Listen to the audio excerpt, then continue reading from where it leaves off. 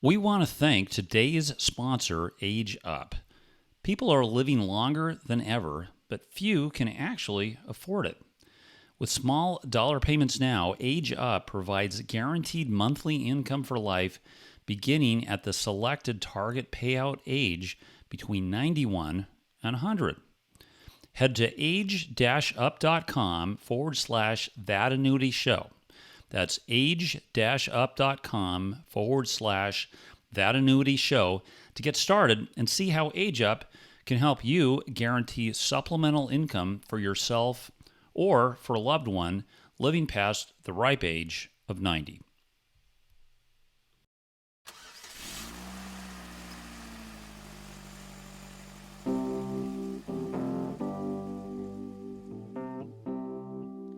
Welcome to That Annuity Show, the podcast that will make you an expert in explaining annuities to your clients. Give us 30 minutes each week and we'll shave hours from your client presentations. Now, here's your host, Paul Tyler.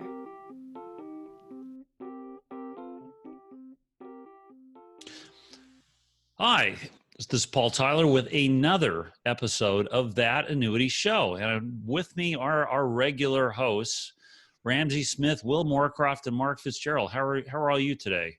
Fantastic. Excellent. Great, Paul. Thank you. Excellent. Ramsey, in a different location, not your other undisclosed location, but where are you today? I'm in New York City, at home in Greenwich Village. So for the first time in about 3 months, and it's been an interesting experience walking the streets and seeing how much things have changed. Still pretty quiet there? Still pretty quiet. Hard to get a cup of coffee. I mean, it's different. It's very different. It's taking some getting used to.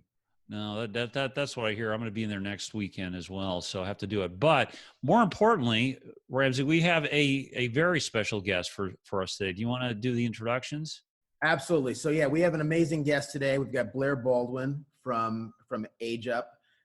We've been talking to him for quite some time for a number of reasons. Primarily, we think he and his company are bringing some very interesting innovations into the space, both in terms of technology and in terms of product design. And we just thought this was a really good opportunity to share with our audience, some of the new things that are coming down the pipe that we think, can really, in new and different ways, help meet customers' needs. So with that, Blair, I'm going to turn it over to you.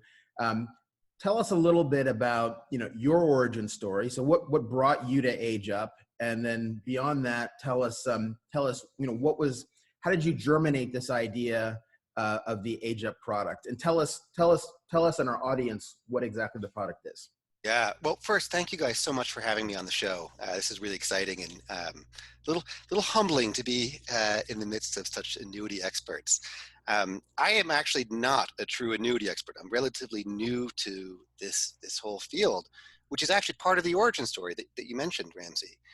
So about 2 years ago, Mass Mutual acquired a company that I founded, an insurtech called Quilt. And I'd founded this back in 2015, really trying to kind of bridge the gap between P&C and life and health products for sort of millennials, if you will. And it was a mix of sort of renter's insurance and some term life stuff.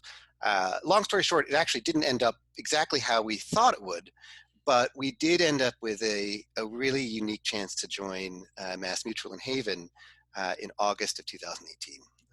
And when we did, we got this incredibly interesting open-ended mandate. They said, hey, Blair and team, we want you guys to just completely reimagine annuities.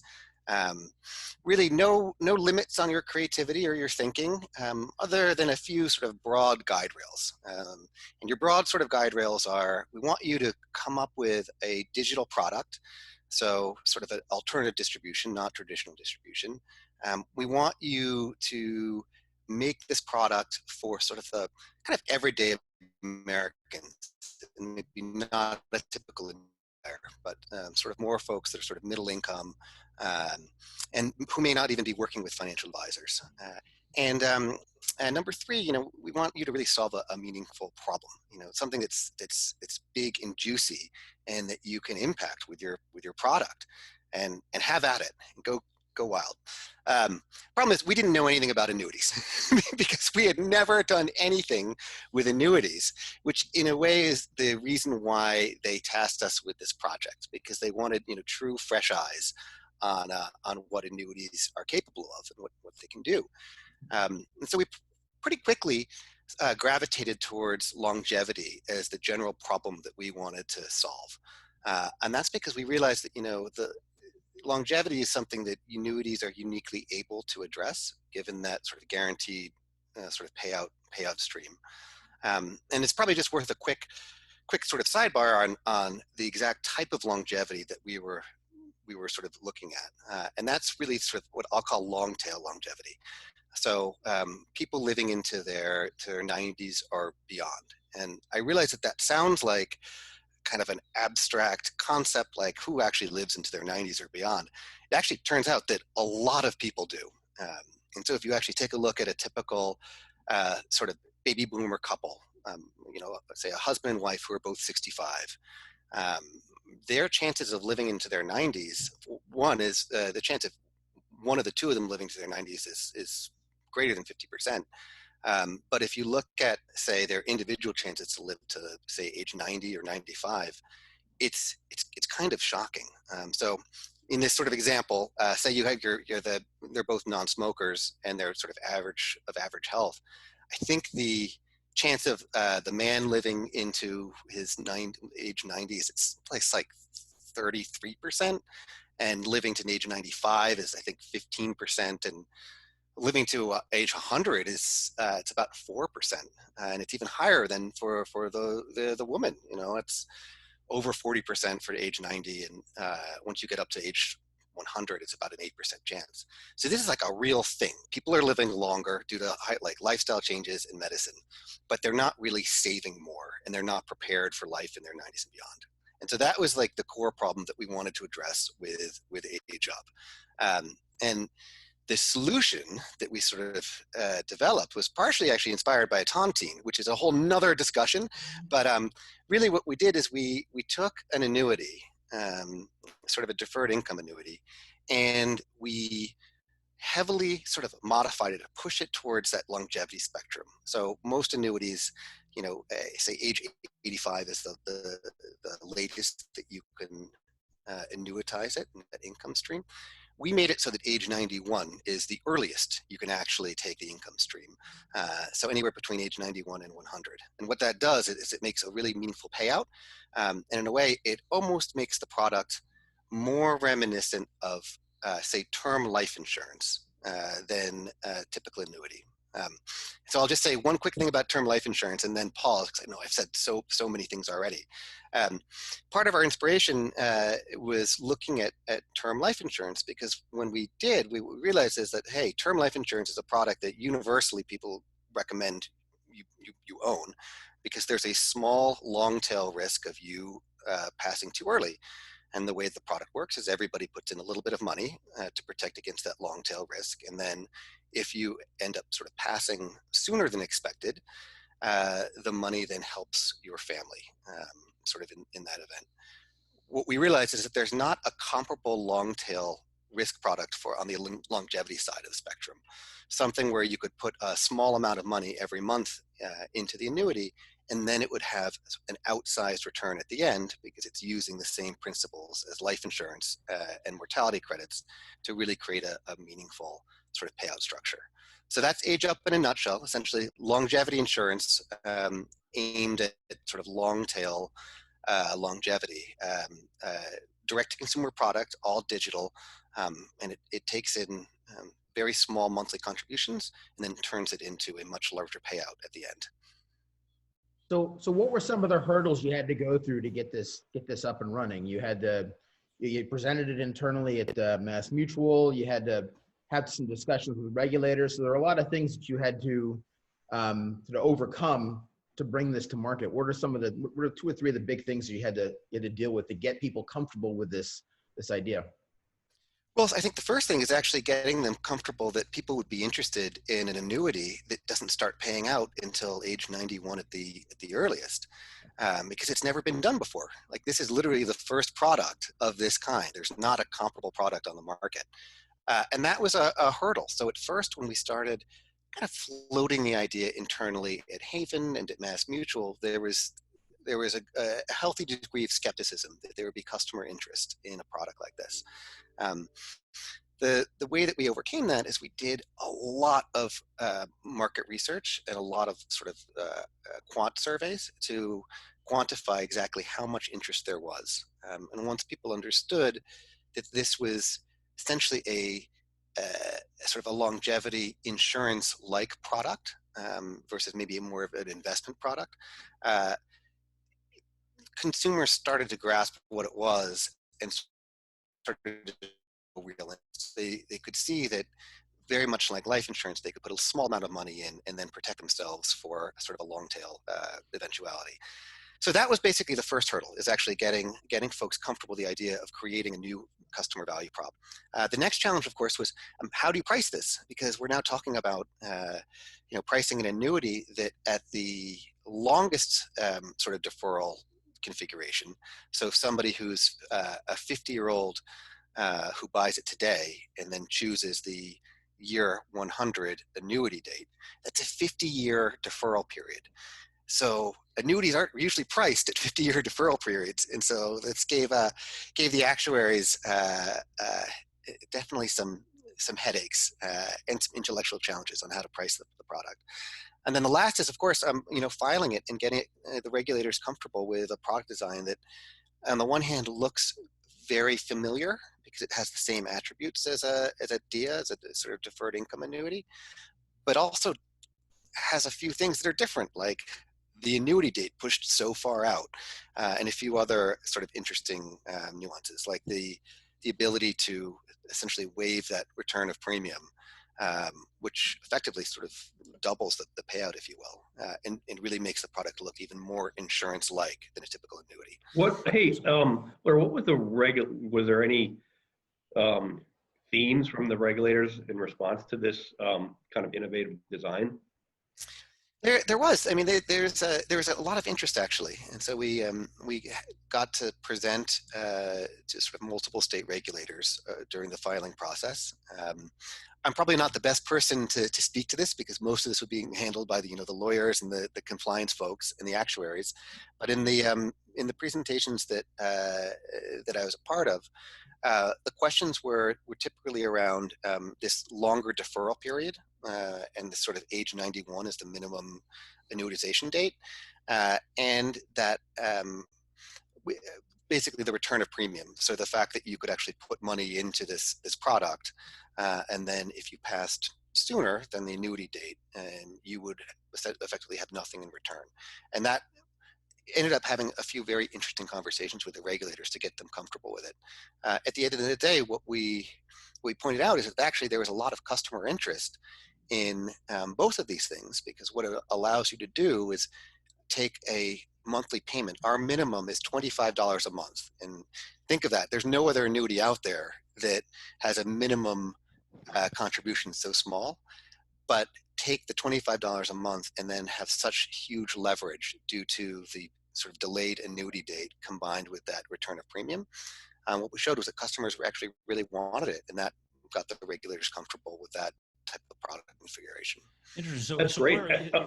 The other thing that struck me, and you just hit it, was that $25 a month is, I mean, that's kind of, I don't want to say radical, but it's significantly different than the kind of the industry standard right now. What's the target age that you guys are looking at, or is there, when you were doing your research, were you thinking, you mentioned 50 years, so when do you think people would commence making these contributions in your guys kind of your I don't know, what you sketched out? Yeah, so the way that the product's designed and filed, the annuitant can be anywhere from age 50 to 75, but our kind of the persona that we design the product around is probably a sort of a typical boomer that's about age 65 or so. And actually, one of the other really interesting things is there are our initial use case was millennials buying this for their parents, which is another whole different dimension of the discussion, because that's something that's also very unique about the product. Same though in that use case, the kind of the typical buyer we had in mind, the annuitant would have been about 65. Is it fair to describe your product almost as like a catastrophic income product? I mean, because I think if a spouse has lived to 90, man, the cost could be like astronomical to pay for long-term care, pay for health care, pay for living in those in kind of that time frame could be exceptionally expensive. But to your point, some people will live that way. I mean, Blair, is that the wrong way to think of it? Right? There's no cash value. It's like, man, the worst case happens, you're covered. Exactly. And that's why it looks a lot more like insurance than an investment product, because it really is protection for this long tail longevity risk, which, by the way, is actually a good thing. We want people to live longer. They just typically aren't saving. So we want to enable them to have more income, or their families to have more income to support them in these sort of later years. It is fascinating though, because Paul, you use the word catastrophic, but I mean, really, we hope people have enjoyed that longevity that is not catastrophic if they get, if they live into their 90s. So this is actually very, very, very interesting. So Blair, you drew obviously a lot of parallels between this and term insurance, and then also when you were talking about life expectancy, for the average couple age 65, you mentioned for non-smokers. Is there an underwriting component to this? There's not, and that's actually why I really personally had a lot of fun working on the product. When you're working on a term life insurance product, it's all digital. Underwriting is such a big part of it, or any life insurance product. Underwriting is such a huge part of it. But annuities have no underwriting. I think the main reason being is that there's a bit of sort of selection bias, and that the people who are buying them tend to be healthier already. But we have no underwriting, so it's a very simple process. The only sort of eligibility, if you will, is we have that age band on the annuitant, and that's about it. And then obviously the states that we're live in. So we are currently live in 44 states, but basically just geography and age are the two criteria to purchase it. And do you find most of the premium coming in is through systematic payments, or do you get a lot of lump sum premium payments? We designed this product for those ongoing contributions explicitly, because of kind of going back to our original mandate, create a product that's all digital, that's for essentially like everyday Americans. We realized that large lump sum contributions may not be financially accessible for many. And so the product was explicitly designed to sort of chop up those big lump sums into very small little bits, as small as $25 a month. We do have the option, I'll say, and some people have taken advantage of this, of dumping in up to, I think, $6,000 a year in sort of basically a lump sum payment, but that's not really how we designed it. Right. So yeah, I've always thought that, first of all, I think it's a very interesting product on so many fronts. I think the more you sort of add options for these lump sums, I think it's going to be interesting for different audiences as well. Yeah, one of the things that Paul pointed out that has always sort of struck me, and why I think this is an interesting payout function, is that if you've ever had the opportunity to help somebody in your family that's older sort of deal with sort of end of life issues, what's always amazed me is no matter how financially prudent they were their entire lives, how they managed costs, etc., those last few years, the costs just absolutely explode. Once you go into assisted living or into a nursing home, everything explodes, and there's really no sort of investment strategy that's necessarily correlated with that payout function. The only thing that might be is something that is related to your having lived that long. And that's why this is, I think one of the reasons I think this is particularly interesting. So you talked about two different potential use cases. So one is the annuitant buying it for themselves, and the other one is it's their kids buying it for them. How do you think about those two audiences, and in which one do you see the greatest opportunity? It's a great question. both those audiences share a common theme. So for the millennials buying it for their baby boomer parents, it's recognition on the part of the adult children, the adult millennials, that they're likely going to have to support their parents anyway if they end up living a very long life. And so they're taking proactive measures to help that. The flip is actually for the parents, the baby boomers. They don't want to be dependent on anybody and don't want to become a burden. And so we've done a lot of research on this topic. It's almost the inverse emotional reaction. They don't want to be a burden on their family. And so you kind of have the same underlying emotional factors at play. You just have different audiences. And the product can support both of them. And so, early days, we've only been in market a couple of months now, and we've sold a bunch of annuities on both sides.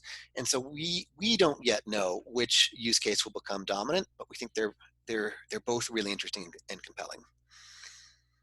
So one of my favorite quotes is Richard Thaler, who's a Nobel Prize winner in behavioral finance. He said, the greatest bequest I can leave my children, and I'm paraphrasing, the greatest bequest I can leave my children is not having to move in with them.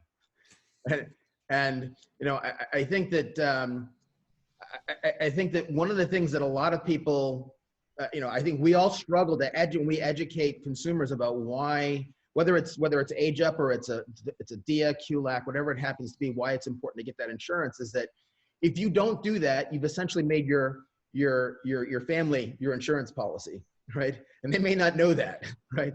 And they may not know how expensive that is, right? So whether it's purchasing yourself or having the ability for somebody in the family to purchase it on their behalf is actually, particularly, very interesting. So any other questions? Yeah, I had a comment. Just for clarification, I wanted to make sure that we're not. This podcast is not attempting to solicit or market this product, and we're just trying to learn about it and become educated. But I had a follow-up question specific to how are you guys getting this out there? Like, is it like marketing it? How educating consumers about how this product works, kind of the basics of it? What's the marketing strategy for you guys to go direct to consumer with this product? Yeah, Will, it's a great question. So we're doing a bunch of things. Like, one, we're doing lots of sort of targeted advertising towards folks that we think are likely to purchase it on the typical platforms like Facebook or Google. We're also investing pretty heavily in blog content, things like podcasts, just trying to get the word out.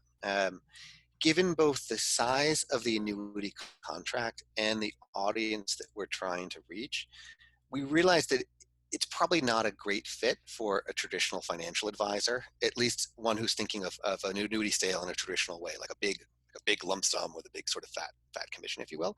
But that said, we do think that there's sort of a lot of opportunity to educate people that are in the broader ecosystem, including financial advisors, about the product. For one, many consumers will read about something online or listen to a podcast, and then they'll go ask their financial advisor for advice or their take on this new product. And so we're just trying to get the word out, explain what we're doing, how it's novel and unique, and then hopefully get people back to our website so that we can engage them, tell them more, give them a quote, and basically show them how easy it is to purchase. Interesting. Yeah. Here's kind of just a broad, question. We have, it's interesting. We've got an incubator on one hand, and we're also, in the business ourselves. Look, Mass Mutual is clearly doing a lot of innovative work, and Ron's great. I know him.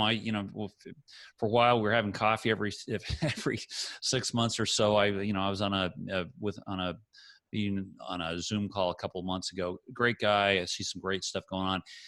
If I'd had somebody told me, if Ramsey said, hey, describe the company that's doing this, and we were, going back 5 years from now, it probably wouldn't have been a 180-year-old mutual company, right?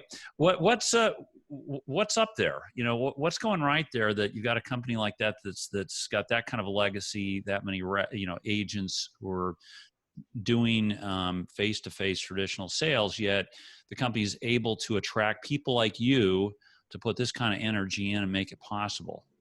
What can we learn from the culture there? Yeah, I think there's a few things you can learn. One is that the the types of initiatives that we're working on and that Havens are working on are typically oriented to a customer that looks very different than a normal Mass Mutual customer. And so in a lot of ways that removes some of like the politics and the difficulty of launching sort of truly new innovative products, because there's not channel conflict. We're actually talking to two different groups of people. And if you look at AgeUp as an example of that, you literally could not imagine an annuity that looks different from a traditional annuity that's sold through distribution. So that's part of what's sort of going on here. The other part is, Mass Mutual has really recognized that for a startup and a startup culture to grow and thrive, they have to be treated as such. Meaning they have to be separate. They have to be sort of outside, like the mothership. They can't just be one floor on a campus of the mothership. They actually have to be someplace completely different. And I think there's one sort of funny aside on this is that when we joined the Mass Mutual sort of team, one of their sort of requirements is part of like the little small acquisition deal was that we maintain our own startup space and our own culture.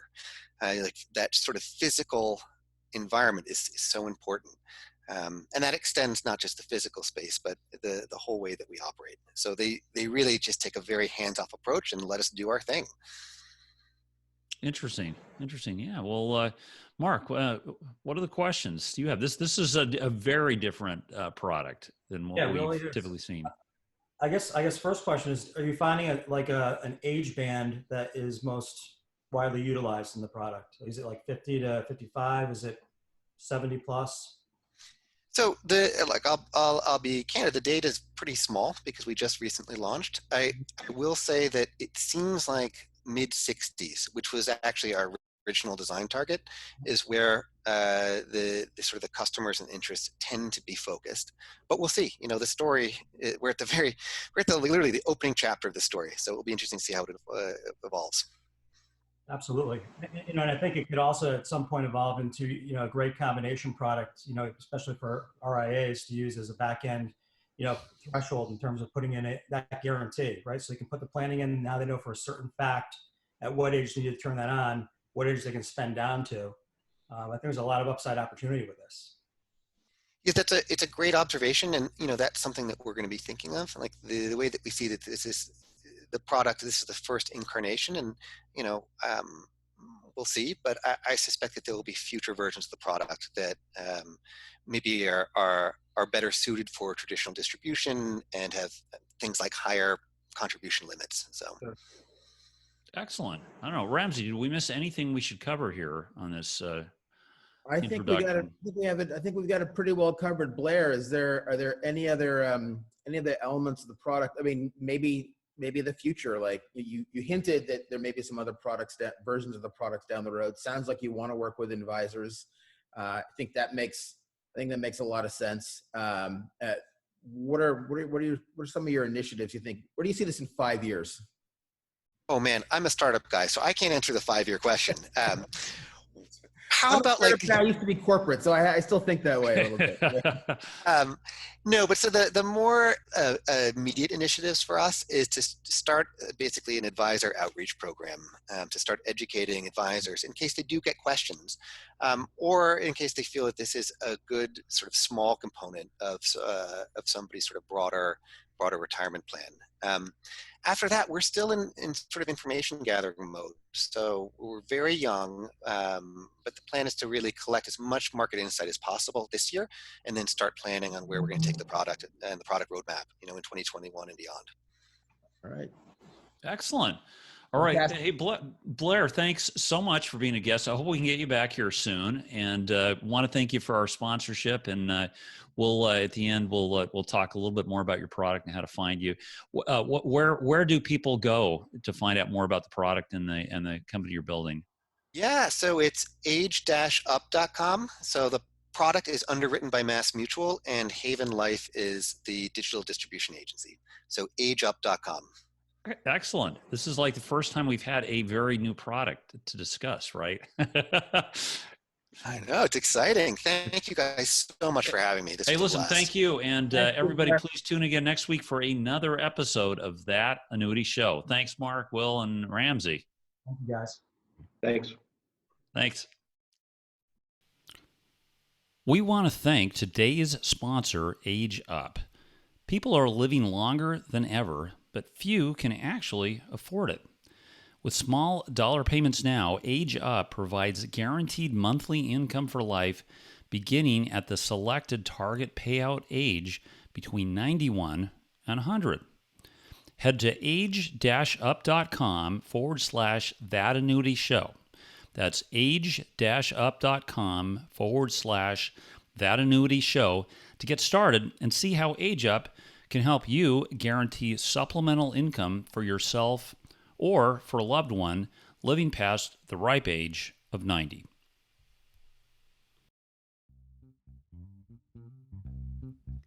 Thanks for listening. If you've enjoyed the show, please rate and recommend us on iTunes, Stitcher, Overcast, or wherever you get your podcasts. You can also get more information at thatannuityshow.com.